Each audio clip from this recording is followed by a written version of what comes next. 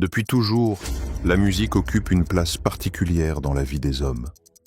Elle apaise, elle rassemble, elle fait danser, elle exprime les émotions les plus profondes. Dans la Bible, on retrouve d'ailleurs de nombreux passages où la musique est mise au service de Dieu. David jouait de la harpe pour apaiser l'esprit de Saül, les Lévites chantaient et jouaient des instruments pour accompagner le culte. Et les psaumes sont eux-mêmes des chants inspirés pour louer l'Éternel. La musique a donc, dès l'origine, une dimension spirituelle qui dépasse le simple divertissement.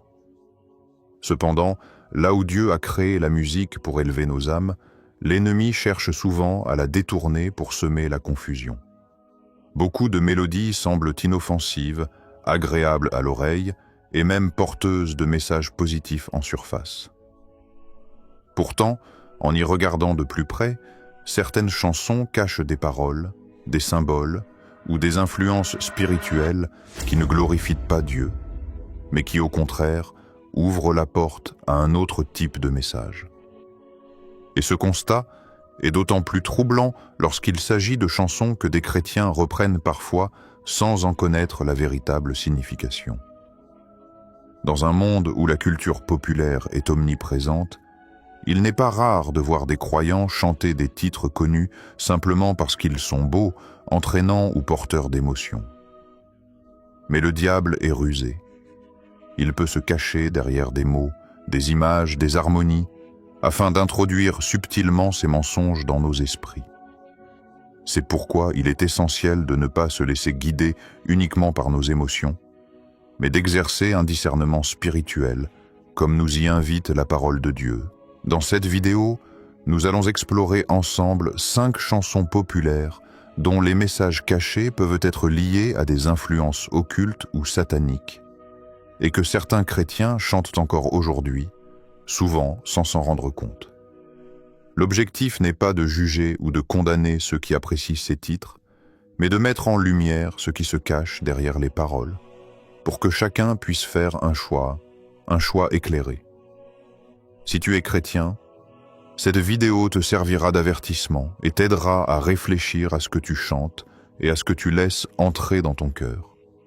Si tu n'es pas croyant, elle t'invitera peut-être à voir la musique sous un angle nouveau, à comprendre qu'elle n'est jamais neutre et qu'elle a toujours un impact, spirituel comme émotionnel. Prépare-toi donc à découvrir ce que les oreilles entendent, mais que l'esprit ne discerne pas toujours. Avant d'entrer dans le vif du sujet et d'analyser ces chansons, il est important de poser un cadre clair. Cette vidéo n'a pas pour objectif de diaboliser les artistes, de juger les personnes qui aiment ces musiques ou encore de créer une atmosphère de peur. Le but est avant tout d'ouvrir les yeux, d'encourager au discernement et d'inviter chacun à prendre du recul sur ce qu'il écoute et chante. En tant que chrétiens, nous savons que nous vivons dans un monde où tout n'est pas toujours aussi simple qu'il n'y paraît. L'apôtre Paul nous rappelle dans Éphésiens 6, 12 « Car nous n'avons pas à lutter contre la chair et le sang, mais contre les dominations, contre les autorités, contre les princes de ce monde de ténèbres, contre les esprits du mal dans les lieux célestes. » Autrement dit, certaines réalités spirituelles se cachent derrière ce qui semble purement culturel ou artistique. Il faut donc comprendre une chose. Chanter une chanson n'est jamais un acte neutre. Les paroles que nous répétons, les émotions que nous cultivons à travers la musique, les symboles auxquels nous nous attachons influencent notre cœur et notre esprit. Jésus a dit dans Matthieu 12, 34, « C'est de l'abondance du cœur que la bouche parle. » Or, ce que nous chantons finit par habiter notre cœur, consciemment ou inconsciemment. Cet avertissement n'est donc pas là pour condamner, mais pour protéger. Il est très facile de se laisser séduire par des paroles poétiques ou par une belle mélodie, sans réaliser que derrière se cache un message qui n'honore pas Dieu. Le diable ne vient pas toujours avec des images effrayantes ou des paroles ouvertement blasphématoires. Souvent, il préfère se cacher derrière ce qui paraît beau, acceptable, et même inspirant. Alors, avant de découvrir ensemble les 5 chansons que nous allons analyser, je t'invite à garder cette mise en garde à l'esprit.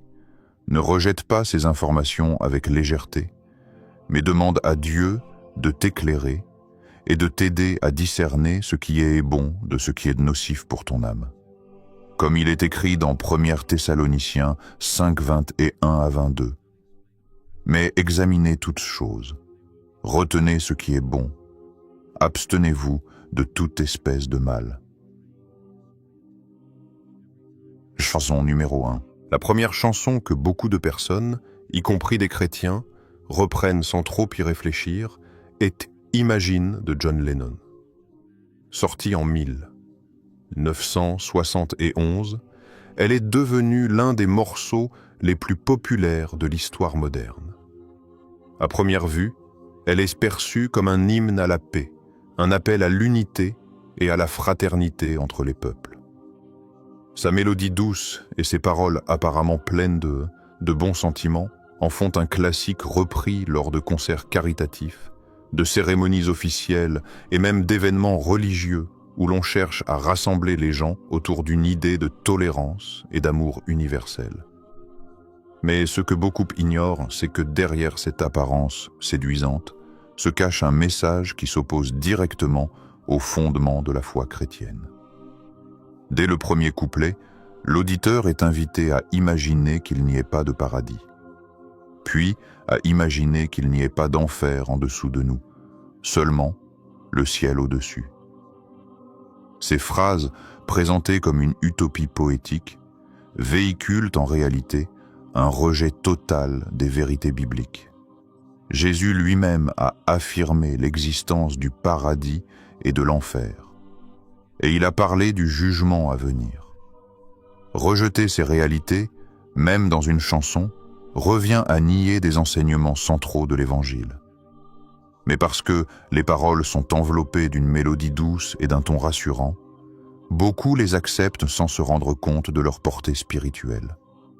Plus loin, le texte demande d'imaginer un monde sans religion. Cette phrase paraît séduisante car elle suggère la fin des divisions et des guerres menées au nom de la foi. Pourtant, ce qu'elle véhicule réellement, c'est un appel à effacer toute trace de Dieu et toute conviction spirituelle. La chanson promeut une vision humaniste où l'homme est au centre et où Dieu n'existe pas. Ce n'est pas un hasard si Imagine a été décrite comme l'hymne d'un monde sans transcendance, sans foi, sans repère spirituel.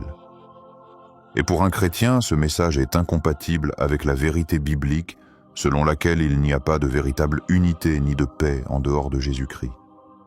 Ce qui rend cette chanson dangereuse spirituellement, c'est la subtilité de son discours. Les paroles ne sont pas agressives, elles ne choquent pas par leur violence ou leur provocation. Au contraire, elles séduisent par leur douceur et leur idéal d'un monde meilleur. C'est exactement de cette manière que l'ennemi agit. Il ne se présente pas toujours sous une forme effrayante. Il préfère se cacher derrière ce qui paraît beau et inoffensif. En chantant cette chanson, on proclame malgré soi que le paradis et l'enfer n'existent pas, que la religion est inutile, que Dieu n'est pas nécessaire. Or, ce que nous proclamons de notre bouche s'imprime dans notre esprit et influence notre cœur. Le plus troublant est de voir que des chrétiens eux-mêmes reprennent « Imagine », notamment dans des événements interreligieux ou caritatifs. Animés par de bonnes intentions, ils chantent ces paroles en pensant participer à un message d'unité et de paix, sans réaliser qu'ils renient en même temps les vérités fondamentales de leur propre foi. Chanter qu'il n'y a pas de paradis ni d'enfer, même dans un cadre symbolique, revient à confesser quelque chose qui s'oppose directement à la parole de Dieu. Cela montre à quel point la musique peut être un outil puissant pour influencer la pensée et introduire des idéologies contraires à l'Évangile. En réalité, Imagine est bien plus qu'une simple chanson de paix. C'est une proclamation d'un monde où Dieu n'a pas sa place, une vision utopique qui efface toute transcendance et qui pousse l'homme à croire qu'il peut bâtir seul un avenir parfait. C'est exactement le type de mensonge subtil que Satan cherche à répandre. Faire croire que l'homme peut atteindre la paix et l'unité sans avoir besoin du Créateur. Et quand les chrétiens eux-mêmes se mettent à chanter ce genre de paroles, ils s'exposent au risque de minimiser la vérité biblique et de normaliser l'idée qu'un monde sans Dieu est possible, voire souhaitable.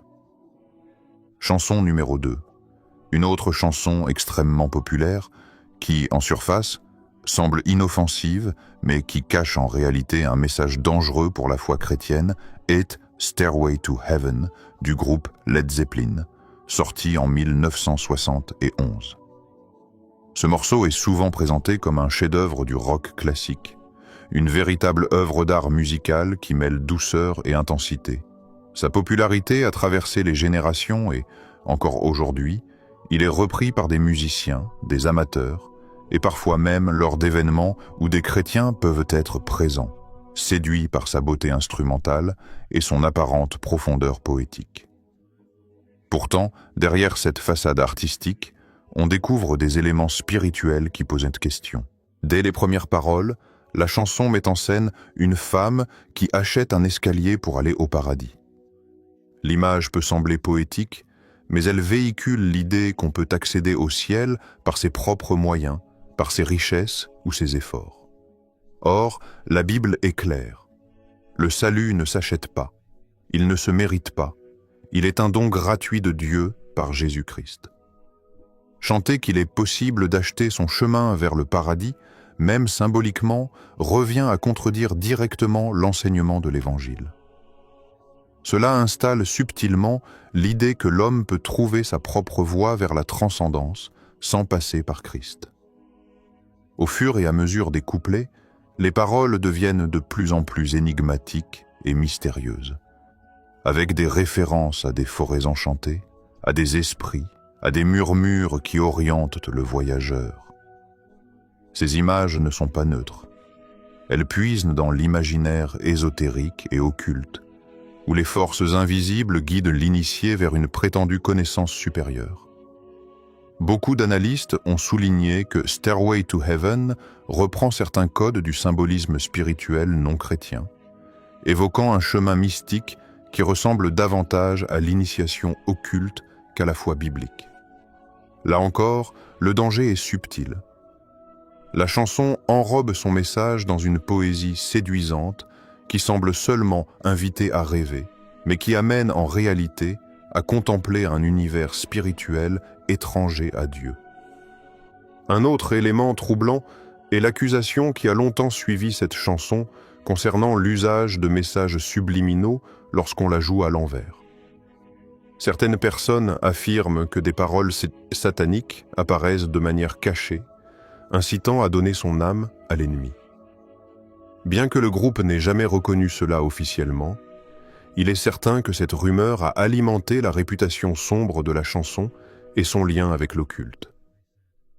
Qu'elle soit intentionnelle ou non, cette dimension a marqué durablement l'imaginaire collectif et confirme que Stairway to Heaven n'est pas simplement un morceau de rock anodin. Le plus troublant est de voir que malgré toutes ces références problématiques, des chrétiens se laissent encore séduire par ce morceau. Certains musiciens chrétiens le jouent pour démontrer leur talent ou simplement pour le plaisir musical sans prêter attention aux paroles.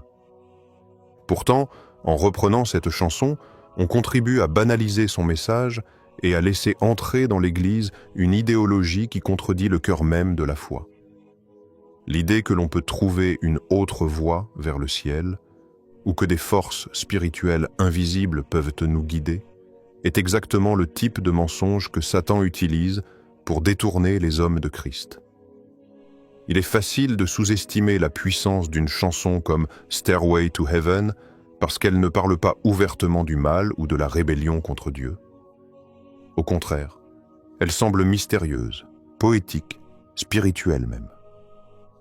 Mais c'est précisément cette apparence de beauté et de profondeur qui la rend dangereuse. Beaucoup chantent ces paroles sans se rendre compte qu'elles véhiculent une vision spirituelle alternative, où le salut s'obtient par soi-même, où d'autres forces que Dieu peuvent guider l'homme, où le ciel est accessible sans passer par Jésus. Tout cela est en opposition directe avec la vérité biblique. Chanson numéro 3. Une autre chanson extrêmement populaire et encore chantée par certains croyants est Hotel California du groupe Eagles, sorti en 1976. À première vue, cette chanson semble raconter une simple histoire, celle d'un voyageur qui s'arrête dans un hôtel mystérieux et qui découvre un lieu fascinant, presque envoûtant. La mélodie est agréable, le refrain est accrocheur, et beaucoup de gens la reprennent sans trop réfléchir à sa signification profonde. Pourtant, derrière cette apparence anodine se cache un message beaucoup plus sombre, qui a alimenté de nombreuses interprétations et qui, spirituellement, mérite d'être examiné avec attention. Le voyageur décrit dans la chanson est accueilli dans un hôtel luxueux, rempli de lumières séduisantes et de personnages mystérieux. Mais rapidement, ce qui semblait être un lieu de repos et de plaisir se transforme en une prison dont il ne peut plus sortir. La célèbre phrase « You can check out anytime you like, but you can never leave » résume parfaitement cette idée. On peut penser quitter cet endroit, mais en réalité, il est impossible d'en échapper. Cette image correspond fortement à une vision spirituelle de l'emprisonnement dans le péché, dans l'occultisme ou dans un monde dominé par les ténèbres. Beaucoup d'analystes ont vu dans Hotel California une métaphore de l'industrie musicale elle-même, avec ses excès, ses addictions, ses séductions et son pacte implicite avec des forces obscures. Certains ont même affirmé que la chanson fait référence à une secte satanique californienne active à l'époque, et que l'hôtel décrit symboliserait un lieu d'initiation où l'on entre facilement, mais d'où l'on ne peut jamais ressortir. Que ces interprétations soient exactes ou non, elles montrent à quel point la chanson baigne dans une atmosphère spirituelle lourde, loin d'un simple récit de voyageurs fatigués. Ce qui est frappant, c'est que de nombreux chrétiens continuaient de chanter ce morceau, souvent lors de soirées musicales ou de reprises instrumentales, parce qu'ils apprécient que la beauté de la guitare et la richesse de l'arrangement. Mais derrière l'élégance musicale se cache un message qui évoque la séduction du mal, la perte de liberté et l'impossibilité de sortir d'un système corrompu. Chanter, Hotel California sans discernement, c'est répéter des paroles qui décrivent un monde de ténèbres où l'âme est prisonnière. Spirituellement, cette chanson illustre parfaitement la manière dont le péché attire avec des apparences séduisantes avant de piéger l'homme dans une prison invisible. Le voyageur pense trouver un lieu de plaisir et de repos, mais il se retrouve enchaîné. De la même façon, beaucoup se laissent séduire par ce que le monde présente comme beau, riche et libre, mais finissent prisonniers d'habitudes, de dépendance ou de choix qui détruisent leur âme. La chanson, qu'elle ait été écrite consciemment dans ce sens ou non, véhicule donc une réalité spirituelle inquiétante. Le danger vient du fait que parce que la musique c'est agréable et les paroles bien écrites, les gens la chantent sans se rendre compte qu'ils participent à la glorification d'un lieu qui ressemble davantage à une prison spirituelle qu'à un hôtel paradisiaque. Même des croyants reprennent cette chanson dans des contextes festifs ou culturels, sans réaliser qu'ils répètent des paroles qui évoquent l'enfermement et la séduction du mal. C'est là toute la subtilité de la musique. Elle contourne notre esprit rationnel et s'adresse directement à nos émotions. Et lorsque les émotions prennent le dessus, il devient facile d'accepter et de proclamer des idées contraires à la vérité de Dieu. Chanson numéro 4. Parmi les chansons mondialement connues qui continuent d'être chantées, parfois même par des chrétiens sans y prêter attention, figure Like a Prayer de Madonna, sorti en 1989. Ce morceau a connu un succès planétaire et reste encore aujourd'hui l'une des chansons emblématiques de la carrière de la chanteuse. Avec son mélange de pop entraînante et de chœur gospel, elle a séduit des millions de personnes. Beaucoup la considèrent comme une chanson spirituelle, pleine d'émotion et d'intensité. Dans certaines fêtes ou rassemblements, on peut même entendre des chrétiens la chanter, pensant qu'il s'agit d'un hommage à la prière ou d'une approche moderne de la foi. Pourtant, derrière cette apparente spiritualité, les paroles et les images associées véhiculent un message beaucoup plus ambigu, voire dangereux du point de vue biblique. Dès les premières phrases, la chanson mélange volontairement le vocabulaire religieux et le langage sensuel. Elle associe la prière, l'expérience spirituelle et la sexualité, créant une confusion volontaire entre ce qui appartient à la sphère sacrée et ce qui relève du désir charnel. Cette fusion trouble donne l'impression que la relation à Dieu peut être vécue comme une expérience émotionnelle et sensuelle, une sorte d'extase où l'on ne distingue plus le spirituel du charnel. Or, dans la foi chrétienne, la prière est un acte saint, un dialogue sincère avec le Créateur, et non une expérience où l'on confond les émotions humaines avec la présence de Dieu. Cette confusion est précisément l'un des stratagèmes de l'ennemi, brouiller les repères, mélanger le sacré et le profane, pour détourner l'homme de la vraie adoration. Le clip vidéo de la chanson a encore accentué cette ambiguïté. On y voit des croix en feu, des scènes d'extase quasi mystiques, des références à la sexualité et même des éléments qui rappellent l'iconographie occulte. Ce mélange d'images sacrées et profanes a d'ailleurs choqué de nombreux croyants à l'époque, et le Vatican a lui-même dénoncé la chanson et son clip. Pourtant, malgré cette controverse, Like a Prayer est resté un immense succès.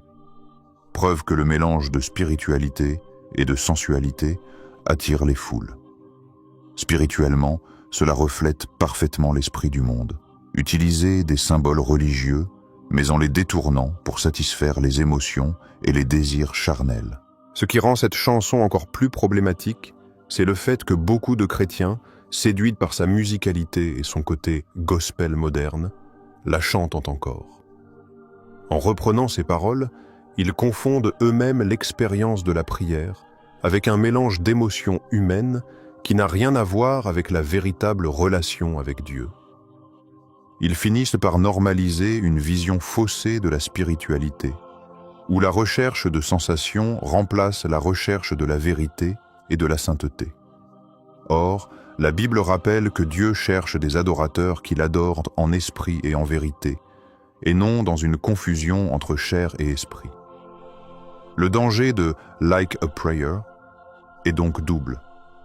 D'une part, elle banalise l'idée que l'on peut mélanger le sacré et le profane sans conséquence.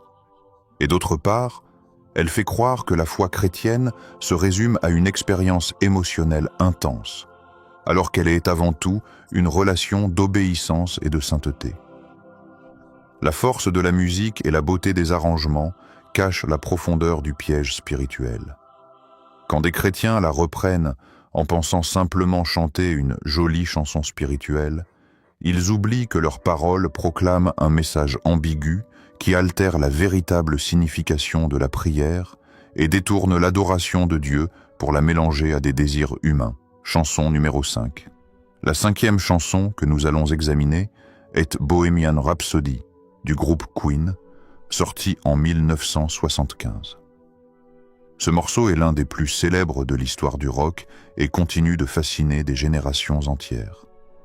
Sa structure unique, qui mêle ballade, opéra et rock énergique, en fait une véritable œuvre d'art musical. Beaucoup de chrétiens, séduits par sa beauté artistique et par son caractère incontournable de la culture populaire, la chantent encore aujourd'hui, souvent sans réfléchir à la portée des paroles.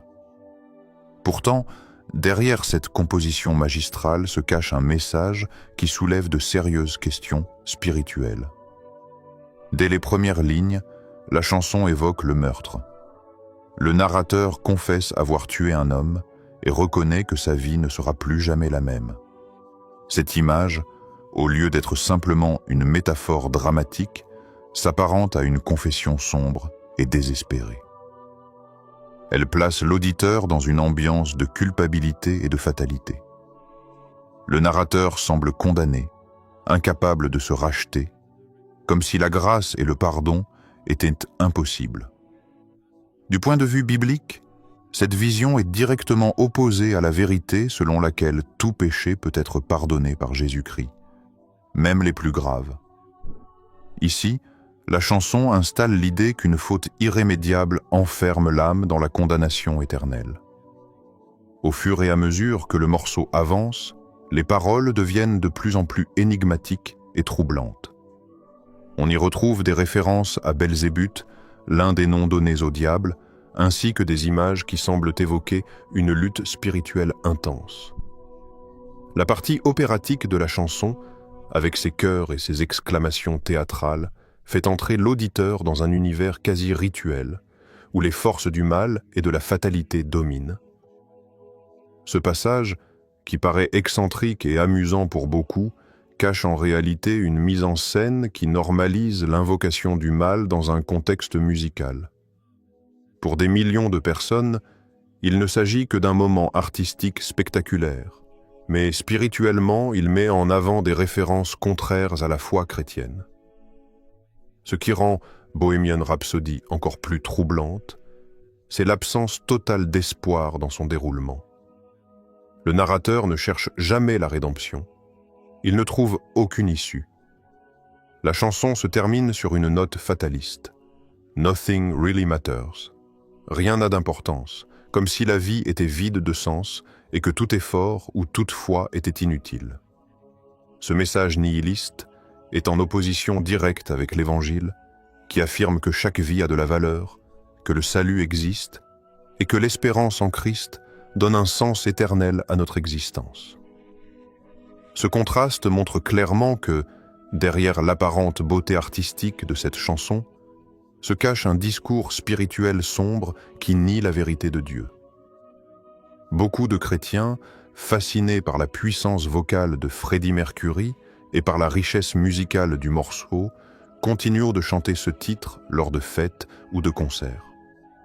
Pourtant, en reprenant ces paroles, ils proclament une vision fataliste de la vie, évoquent le diable et déclarent que rien n'a de valeur. Même si l'intention n'est pas consciente, ces paroles sortent de leur bouche et s'impriment dans leur esprit. Comme toujours avec la musique, le danger réside dans le fait que l'on répète des phrases sans mesurer leur signification spirituelle.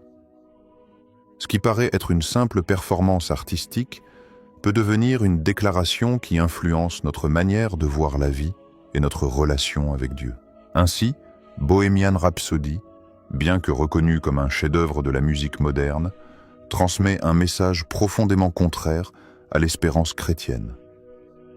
Elle illustre parfaitement la ruse de l'ennemi qui utilise l'art, la beauté et la puissance de la musique pour faire passer des idées contraires à la vérité biblique.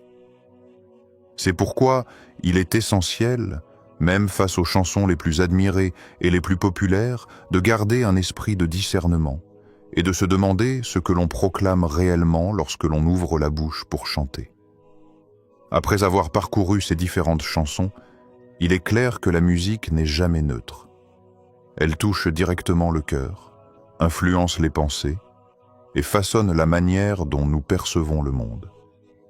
Derrière des mélodies agréables, des refrains entraînants et des paroles poétiques, se cachent parfois des messages qui vont à l'encontre de la vérité biblique. Certaines chansons invitent à rêver d'un monde sans Dieu, d'autres banalisent le péché, d'autres encore évoquent l'occultisme ou véhiculent un fatalisme contraire à l'espérance en Christ. Et le plus inquiétant, c'est que beaucoup de chrétiens les reprennent encore, souvent sans se rendre compte de ce qu'ils proclament en les chantant. La Bible nous avertit que la bouche parle de l'abondance du cœur et que les paroles ont un pouvoir sur notre vie. Lorsque nous chantons, nous ne faisons pas que réciter un texte. Nous déclarons, nous affirmons, nous ouvrons notre cœur à ce que nous disons. C'est pourquoi il est essentiel de choisir avec soin ce que nous laissons entrer dans nos oreilles et sortir de nos lèvres. Le discernement n'est pas une option, c'est une nécessité spirituelle dans un monde où tout semble vouloir séduire et détourner l'attention de Dieu. Il ne s'agit pas ici de vivre dans la peur, ni de rejeter toute musique. La musique est un don de Dieu, un langage universel qui peut élever nos âmes et glorifier le Créateur. Mais comme tout don, elle peut être déformée et utilisée pour le mal. C'est pourquoi chaque croyant est invité à examiner ce qu'il chante, à se demander « Est-ce que ces paroles glorifient Dieu? Est-ce qu'elles fortifient ma foi? Ou bien est-ce qu'elles sèment le doute, banalisent le mal ou m'éloignent de la vérité de Christ ?» Face à cela, l'appel est simple. Exercer le discernement, rejeter ce qui est contraire à Dieu et choisir de remplir son cœur de chants qui édifient, qui rapprochent de l'Évangile et qui glorifient le Seigneur. Le monde propose une multitude de musiques séduisantes, mais la parole nous rappelle que tout ne nous est pas profitable. La vigilance est donc de mise, car derrière ce qui paraît inoffensif peut se cacher une influence spirituelle profonde. Si tu es chrétien, laisse cette réflexion t'encourager à sanctifier même ta manière d'écouter et de chanter. Si tu ne l'es pas, considère que la musique que tu écoutes peut façonner ton âme plus que tu ne l'imagines.